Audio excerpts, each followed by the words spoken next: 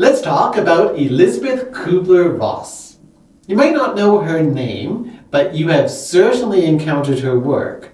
She was a pioneer psychiatrist in the study of death and dying. Kubler-Ross was born in Zurich, Switzerland in 1926, and as a young person, she had a lot of experiences with death that inspired her work.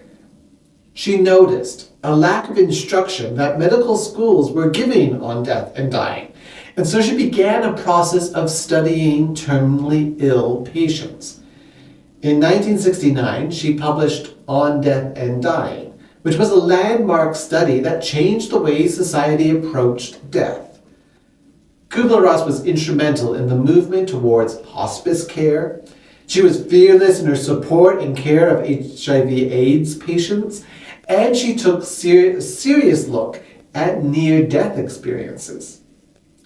Kubler-Ross observed 5 stages that are common among people approaching death: denial, anger, bargaining, depression, and acceptance.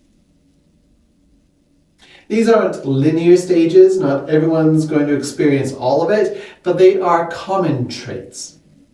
This 5-stage model became very popular, and the general public used it as a way of understanding grief as well as death. The concept entered popular culture, best epitomized by this clip from The Simpsons. Try something new, Homer. What'll it hurt you, Homer? I never heard of a poisoned pork chop. Your wife agreed that I should break this to you. No need, Doc. I can read Marge like a book. Ooh, it's good news, isn't it? No, Mr. Simpson. Oh. If, in fact, you've consumed the venom of the blowfish, and from what the chef has told me, it's quite probable, you have 24 hours to live. 24 hours? Well, 22. I'm sorry I kept you waiting so long. Oh, Marge, I'm gonna die. I'm gonna die. Well, if there's one consolation, it's that you'll feel no pain at all until sometime tomorrow evening when your heart suddenly explodes. Now, a little death anxiety is normal. You can expect to go through 5 stages. The first is denial. No way, because I'm not dying. Second is anger. Why, you little... After that comes fear. What's after fear? What's after fear? Bargaining. Doc, you gotta get me out of this. I'll make it worth your while. Finally, acceptance. Well, we all gotta go sometime. Mr. Simpson, your progress astounds me. I should leave you two alone. Perhaps this pamphlet will be helpful. So you're going to die.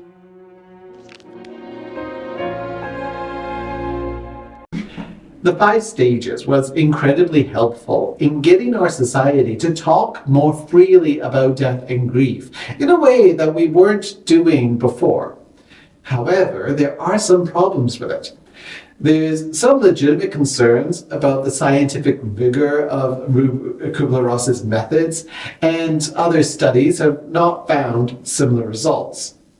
But most problematic is the way that the stages have been applied. Kubler-Ross was describing the patterns that she saw. The society took those descriptions and made them prescriptive.